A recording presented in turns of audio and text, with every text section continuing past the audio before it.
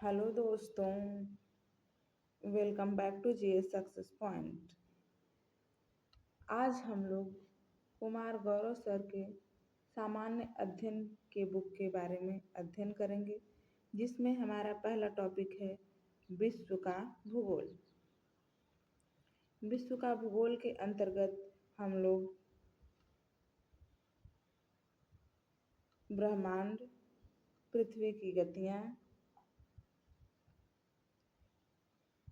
अक्षांश व देशांतर रेखाएं, पृथ्वी की भूगर्भिक इतिहास, पृथ्वी की आंतरिक संरचना, पृथ्वी की चट्टानें,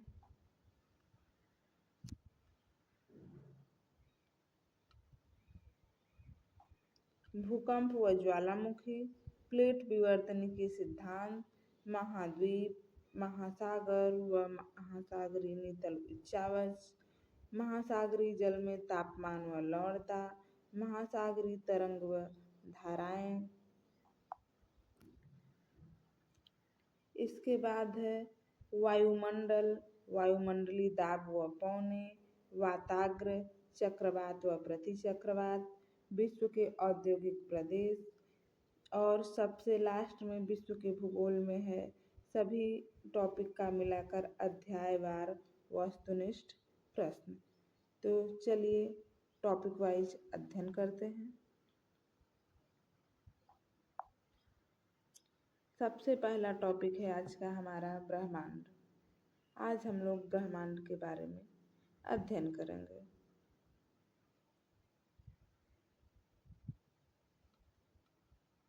सामान्य रूप से पृथ्वी, ग्रहों, उपग्रहों, सौरमंडल, तारों एवं आकाश गंगाओं के सम्मिलित पुंज को ब्रह्मांड कहते हैं। भूगोल का जनक कौन है? हिकैटियस है। और जियोग्राफी शब्द किसने दिया था? इरेटोस्थनीज ने दिया था। वर्तमान भूगोल का जनक, यह प्राचीन वाला भूगोल है और यह वर्तमान भूगोल का जनक है अलेक्जेंडर वान हम्बोल्ट। विश्व मानचित्र के निर्माणकर्ता अनेक्सीमेंडर। विश्व का मानचित्र किसने बनाया था? अनेक्सीमेंडर। ब्रह्मांड से संबंधित अवधारणाएं, आइए देखते हैं। ब्रह्मांड से संबंधित दो अवधारणाएं हैं, एक जियोसेंट्रिक अवधारणा और दूसरा है हेलियोसेंट्रिक अवधारणा। जियोसेंट्रिक अवधारणा, जियो मतलब होता है पृथ्वी, जियो मतलब पृथ्वी, हेलियो मतलब सूर्य।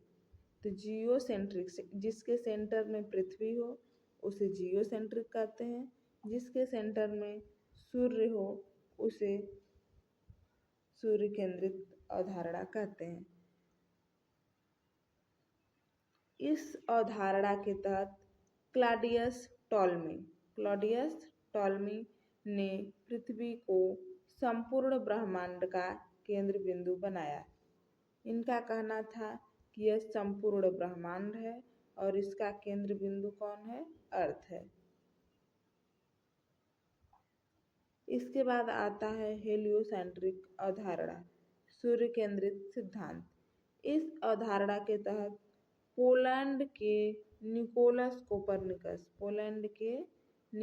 कोपरनिकस ने बताया कि ब्रह्मांड के केंद्र में सूर्य स्थित है। अभी तक टॉलमी महोदय ने बताया कि यह ब्रह्मांड है और यह पृथ्वी है, लेकिन इस सिद्धांत को काट करके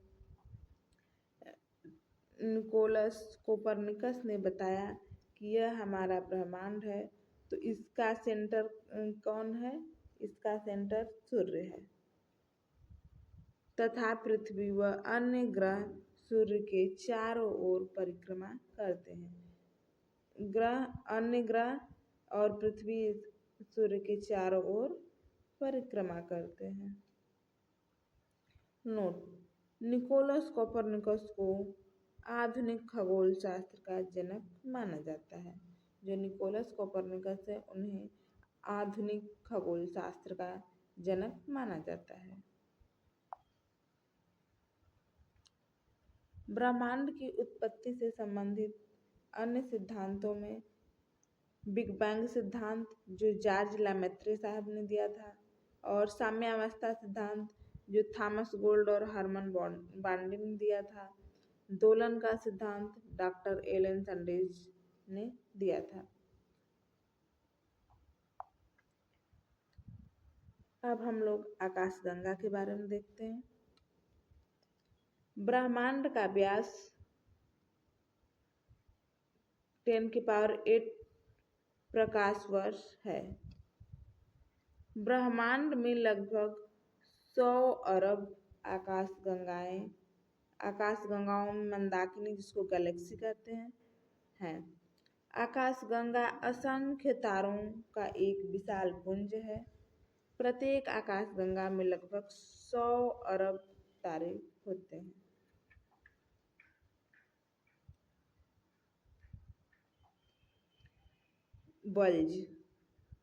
बल्ज क्या होता है? आकाशगंगा के केंद्र को बल्ज कहा जाता है। जो हमारी आकाशगंगा है, इसका जो केंद्र है, इसको बल्ज कहते हैं। हमारी आकाशगंगा को मंदाकिनी या दुग्ध मेखला कहा जाता है। जो हमारी आकाशगंगा है, उसको मंदाकिनी या दुग्ध मेखला कहा जाता है। हमारी आकाश गंगा को मंदाकिनी या दुग्ध मेखला कहा जाता है। इसकी आकृति सर्पिलाकार है। यह क्वेश्चन एग्जाम में पूछा था कि हमारी मंदाकिनी या दुग्ध मेखला का आकार कैसा है, तो यह सर्पिलाकार है। मिल्की वे, मंदाकिनी का भाग जो रात में दिखाई देता है, उसे मिल्की वे कहते हैं। सूर्य मंदाकिनी का एक तारा है। सूर्य क्या है? मंदाकिनी का एक तारा है। सूर्य एक तारा है। प्रोक्सिमा सेंचुरी, यह सूर्य का सबसे निकटतम तारा है। ब्रह्मांड में अनेक बड़े बड़े तारे हैं, जिसमें प्रोक्सिमा सेंचुरी सूर्य के निकटतम तारा है। अब हम लोग सौरमंडल के बारे में देखते हैं। सूर्य एवं उसके चारों ओर भ्रमण करने वाले ग्रह, उपग्रह, धूमकेतु, उल्काएं एवं क्षुद्र ग्रह संयुक्त रूप से सौरमंडल कहलाता है। जैसे एक परिवार के विभिन्न सदस्य माता पिता भाई बहन बच्चे होते हैं, उसी और उनका मुखिया पिता होता है, उसी तरह सौरमंडल होता है। उसमें ग्रह, उपग्रह, धूमकेतु, उल्काएं, क्षुद्र ग्रह संयुक्त रूप से मिले होते हैं, और इसका मुखिया सन होता है, यानी सूर्य होता है।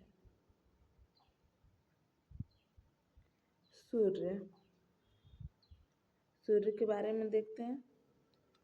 सूर्य जो कि सौरमंडल का जन्मदाता है। सूर्य क्या है? सौरमंडल का जन्मदाता है, और यह एक तारा है जो ऊर्जा और प्रकाश प्रदान करता है। सूर्य की उम्र 5 बिलियन वर्ष है। सूर्य की उम्र 5 बिलियन वर्ष है। भविष्य में सूर्य के द्वारा ऊर्जा देते रहने का समय 10⁻11 वर्ष है। सूर्य के प्रकाश को पृथ्वी तक पहुंचने में 8 मिनट 16.6 सेकंड का समय लगता है। कहीं कहीं 18 सेकंड भी लिखा है, कहीं कहीं 12 सेकंड भी लिखा है। 8 मिनट 12 सेकंड, 8 मिनट 18 सेकंड, तो इसको लेकर टेंशन नहीं लेना है। सौर ज्वाला को उत्तरी ध्रुव पर जो सूर्य है, यह हमारा सूर्य है।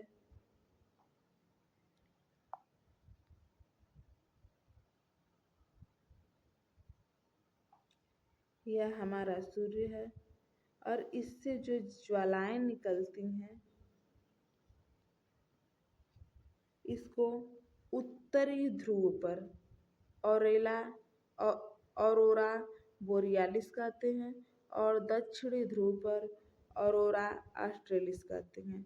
आप याद करने के लिए ऐसा समझ लीजिए कि दक्षिणी ध्रुव में ऑस्ट्रेलिया है, मतलब दक्षिणी ध्रुव के साइड का जो ज्वाला है, उसे ऑरोरा ऑस्ट्रेलिस, ऑस्ट्रेलिया के नाम पे ऑस्ट्रेलिस, ऑस्ट्रेलिया दक्षिणी गोलार्ध में है, उसी के नाम पर ऑरोरा ऑस्ट्रेलिस। और उत्तरी गोलार्ध का क्या है? ऑरोरा बोरियालिस कहते हैं।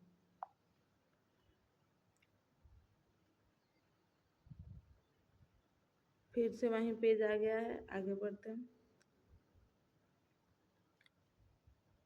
सूर्य का व्यास 13,92,000 किमी है, जो पृथ्वी के व्यास का लगभग 110 गुना है। सूर्य का व्यास 13,92,000 किमी है, जो पृथ्वी के व्यास का 110 गुना बड़ा है। सूर्य हमारी पृथ्वी से 13 लाख गुना बड़ा है। सूर्य हमारी पृथ्वी से 13 लाख गुना बड़ा है।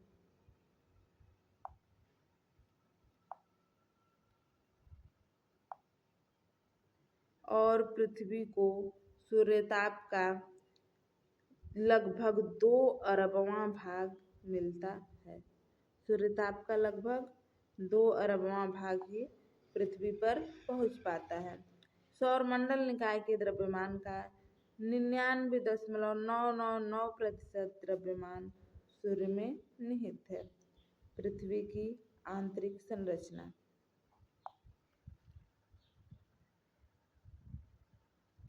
यह है हमारे पृथ्वी की आंतरिक संरचना।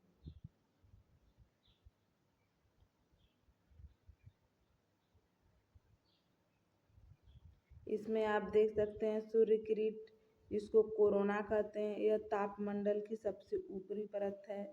और वर्णमंडल, यह सूर्य का निचला तापमंडल है। वायु की लाल संतरी परत और प्रकाश मंडल जो सूर्य की सबसे निचली परत, यह दीप्तिमान परत, सर्वाधिक प्रकाशित परत प्रकाश मंडल होता है। यह सूर्य की निचली परत है। और सबसे बीच का जो भाग होता है उसे क्रोड कहते हैं। यहाँ पर नाभिकीय संलयन की प्रक्रिया होती है और यहीं से ऊर्जा उत्पन्न होता है। यह विकिरण मेखला है और यह संवहनी मेखला है। प्रकाश मंडल, इसको फोटोस्फीयर भी कहते हैं। सूर्य का वह भाग जो हमें आँखों से दिखाई देता है उसे प्रकाश मंडल कहते हैं। सौर कलंक, सूर्य की सतह पर स्थित काले काले धब्बों को सौर कलंक कहते हैं। सूर्य किरीट या कोरोना, सूर्य किरीट को क्या कहते हैं? कोरोना। सूर्य ग्रहण के समय सूर्य के दिखाई देने वाले भाग को सूर्य किरीट कहते हैं। सूर्य ग्रहण के समय सूर्य का जो सबसे बाहरी भाग है सौरमंडल, वह दिखाई देता है, उसे सूर्य किरीट कहते हैं। क्रोड, सूर्य का आंतरिक भाग जहाँ नाभिकीय संलयन की प्रक्रिया होती है उसे क्रोड कहते हैं। अभी हमने आपको चित्र में भी दिखाया कि यह जो सूर्य का सबसे आंतरिक भाग है, यहीं पर नाभिकीय संलयन की प्रक्रिया होती है और इसे क्रोड कहते हैं।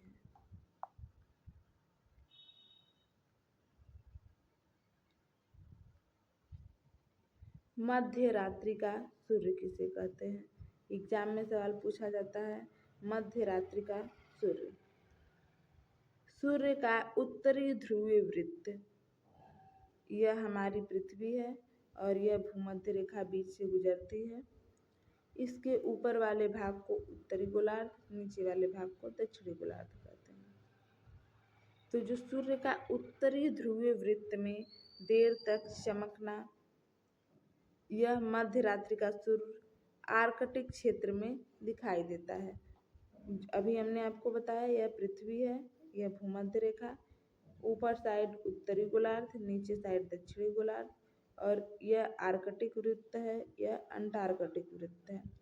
तो जो उत्तरी ध्रुवीय वृत्त में, मतलब यहाँ पर जब सूर्य चमकता है मध्य रात्रि में आर्कटिक क्षेत्र में, तो इसे मध्य रात्रि का सूर्य कहते हैं।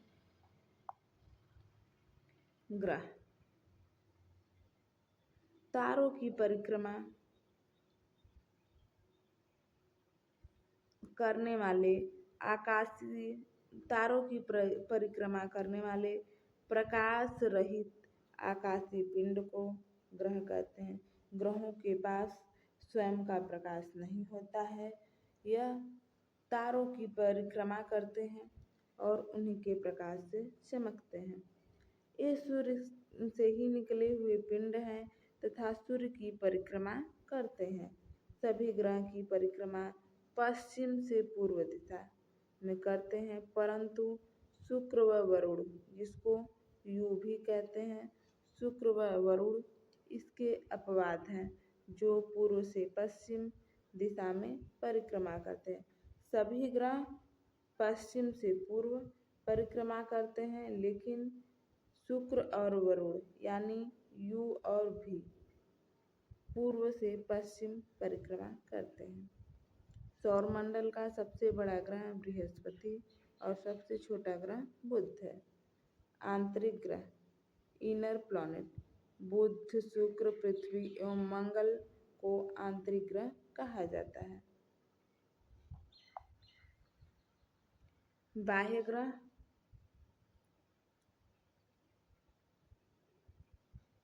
आउटर ग्रह बृहस्पति, शनि, अरुण व वरुण को बाह्य ग्रह कहा जाता है।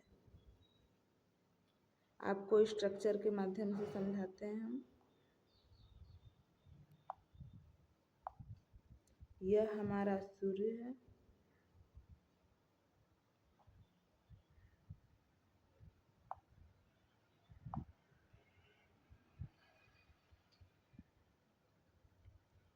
यह ऐसे बुध, शुक्र, पृथ्वी, मंगल, बृहस्पति, शनि, अरुण, वरुण।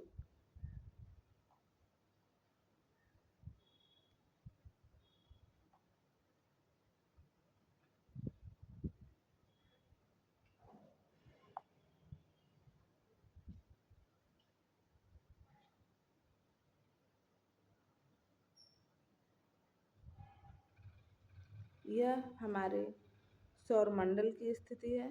तो यह जो आगे के 4 ग्रह हैं, बुध, शुक्र, पृथ्वी और मंगल, इन 4 ग्रहों को हम आंतरिक ग्रह कहते हैं और जो 4 ग्रह पीछे के हैं, इन 4 ग्रहों को बाह्य ग्रह कहते हैं।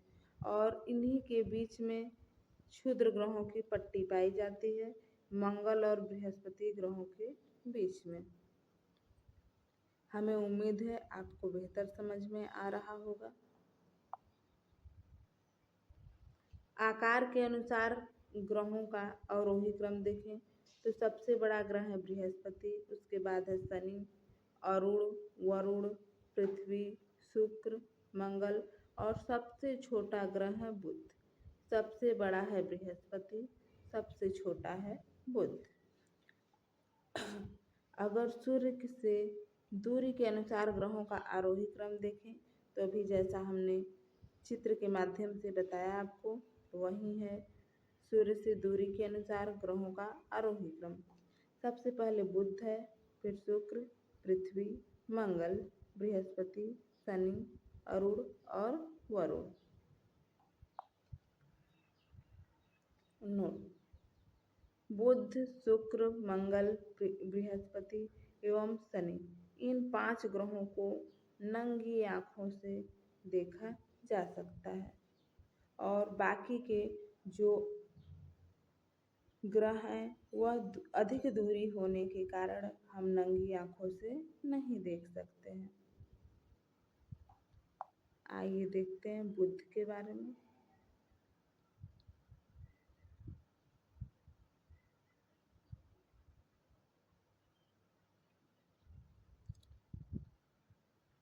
बुध के बारे में बुध, शुक्र, पृथ्वी और इसके उपग्रह चंद्रमा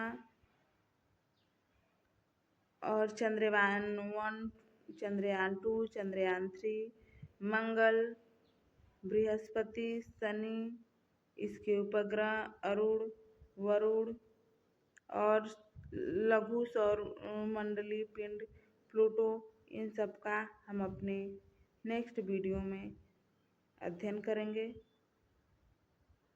तब तक के लिए खुश रहिए, मस्त रहिए। धन्यवाद।